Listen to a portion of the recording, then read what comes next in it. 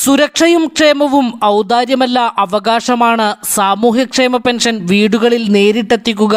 സാമൂഹ്യ pension അട്ടിമറിക്കുന്ന UDF സർക്കാരിനെതിരെ pension ഗുണഭോക്താക്കളുടെ പ്രതിഷേധ കൂട്ടായ്മ സംഘടിപ്പിച്ചു.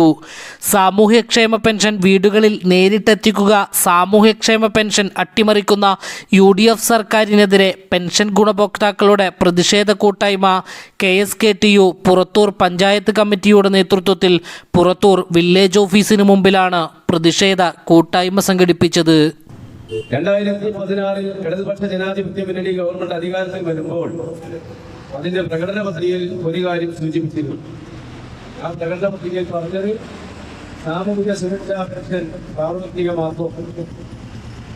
60 വയസ്സ് പൂർത്തിയായ ഫെസ്റ്റിവൽ സീസണുകളിൽ മുൻ സർക്കാർ നേരത്തെ സാമൂഹ്യ സുരക്ഷാ പെൻഷൻ വാങ്ങിയിരുന്ന ഗുണഭോക്താക്കൾക്ക് പെൻഷൻ എത്തിച്ചു നൽകിയിരുന്നു.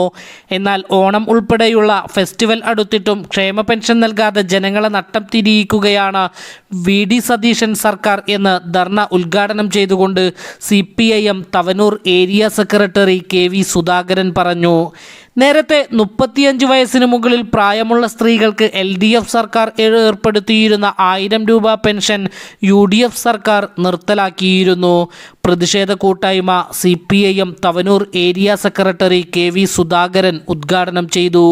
KSKTU പഞ്ചായത്ത് സെക്രട്ടറി ഇസ്മായിൽ സ്വാഗതം പറഞ്ഞ ചടങ്ങിൽ പ്രസിഡന്റ് ഷറഫുദ്ദീൻ അധ്യക്ഷനായി. CPIM തവനൂർ ഏരിയ കമ്മിറ്റി അംഗം AP Sudevan master, CPIM Purathur local committee അംഗം NP റഹ്മത്ത് സൗദ തുടങ്ങിയവർ സംസാരിച്ചു. ഷജിദ മാപ്പാല ചടങ്ങിൽ നന്ദിയും രേഖപ്പെടുത്തി. News desk Nilavision Purathur.